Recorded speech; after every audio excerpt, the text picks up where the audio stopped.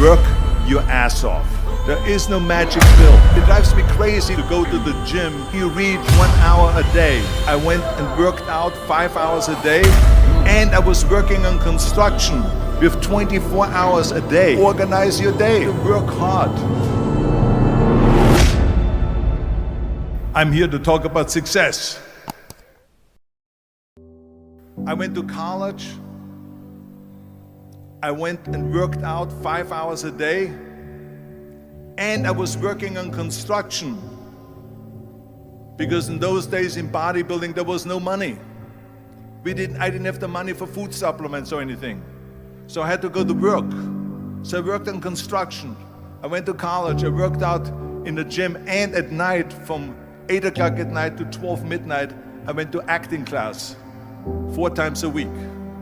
So I did all of that. There was not one single minute that I wasted. And this is why I'm standing here today. With the age of 20, I went to London and I won the Mr. Universe contest as the youngest Mr. Universe ever. And it was because I had a goal. You see, if you don't have a vision of where you go, and if you don't have a goal where you go, you drift around and you never end up anywhere. 74% hate their job in America. The majority of people don't like what they're doing, because they're really not doing it because they didn't have a goal and they followed this goal. They just aimlessly drift around, and then all of a sudden there's a job opening, so they get that job because you have to work. But then when you work, it's a chore. It's work. It's not fun. So if you think about, only a quarter of the people really enjoy what they're doing in life. So people always ask me, when they saw me in the gym in the pumping iron days, they say, why is it that you're working out so hard? 5 hours a day, 6 hours a day, and you have always a smile on your face. The others are working out just as hard as you do, and they look sour in the face. Why is that? And I told people all the time, I said, because to me, I'm shooting for a goal.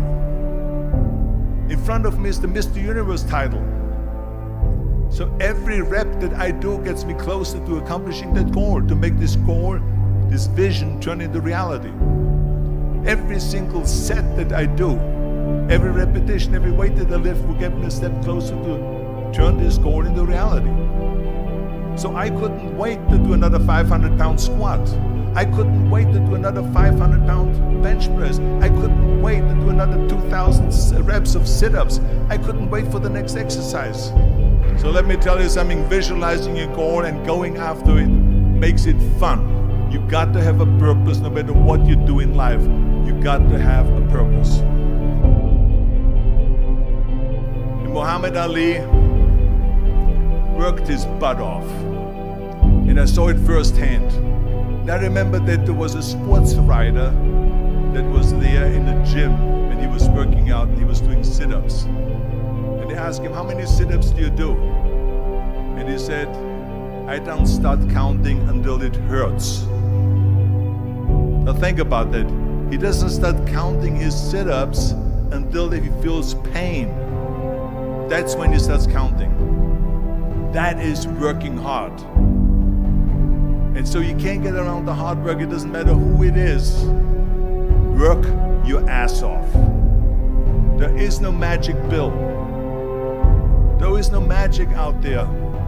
You cannot get around. You have to work and work and work. Make sure of this and make sure of that and all that stuff. So it's work. And it drives me crazy when people say that they don't have enough time to go to the gym for 45 minutes a day and work out, or to do something for 45 minutes to an hour a day to improve, if it is physically improve or if it is mentally to improve. Imagine you read 1 hour a day about history. How much you will learn after 365 hours in 1 year. Think about if you study about the history of musicians, of composers, how much you would know. Imagine if you would work on the business on some business that you want to develop every day for an hour, imagine how further along you will go and get. So it drives me nuts because when people say we don't have the time, we have 24 hours a day. We sleep 6 hours a day, so that gives you still 18 hours. So there's someone shaking their head out here in front. They say probably, I don't sleep 6 hours, I sleep 8 hours, right? Or just sleep faster. So we have 18 hours a day. The average person works around 8 to 10 hours. So let's assume it's 10 hours, so we have 8 hours left. Then you travel around an hour a day, maybe 2 hours a day. So now you have still 6 hours left. So what do you do with these 6 hours? What do you do with these 6 hours? Then we eat a little bit, then we schmooze a little bit, talk a little bit to people and all that stuff. But you can see how much time there is available if you organize your day. So you got to work hard. I hate plan B. And I tell you why. Because we have so many doubters, as I've said earlier, the no-sayers. We have so many of those people that say no and you can't do it, it's impossible. That is okay because we just turn off, as I said earlier, and we listen and we hear the no being a yes. You can't do it, you can do it, and all of that. So that is possible to do that amongst all the negative people around you.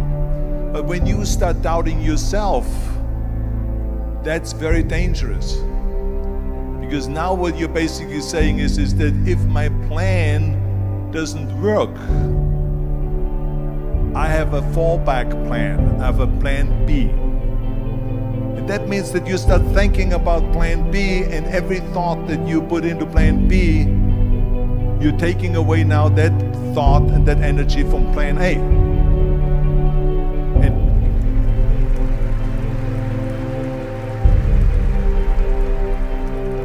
And it's very important to understand that we function better if there is no safety net, because plan B becomes a safety net. It says that if I fail, then I fall and I get picked up and I have something else there that will protect me.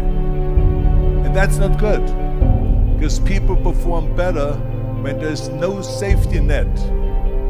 People perform better in sports and everything else if you don't have a plan B. I'm telling you, I've never ever had a plan B. I made a full commitment that I'm gonna go and be a bodybuilding champion. I made a full commitment that I'm gonna be in America.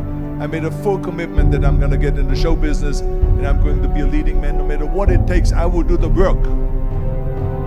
I will do the work over and over and over until I get it. And the same was in politics and everything like that. So to me, it is very dangerous to have a plan B, because you're cutting yourself off from the chance of really succeeding. And the reason, one of the main reasons why people want to have a plan B is because they are worried about failing. What is if I fail, then I don't have anything else? Well, let me tell you something, don't be afraid of failing, because there's nothing wrong with failing. You have to fail in order to climb that ladder. There's no one that doesn't fail. Michael Jordan said in one of his interviews, when they said, "You're unbelievable, you're the greatest basketball player of all times."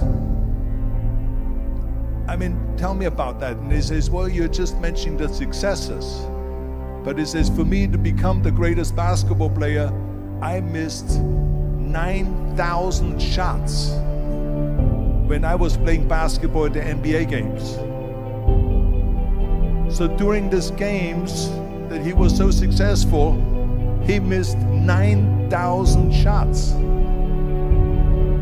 Does it make him a failure? No. He's one of the greatest basketball players of all times, but he failed 9,000 times. Do you get it? We all fail. It's okay.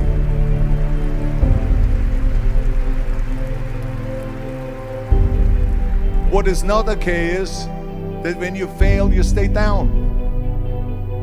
Whoever stays down is a loser.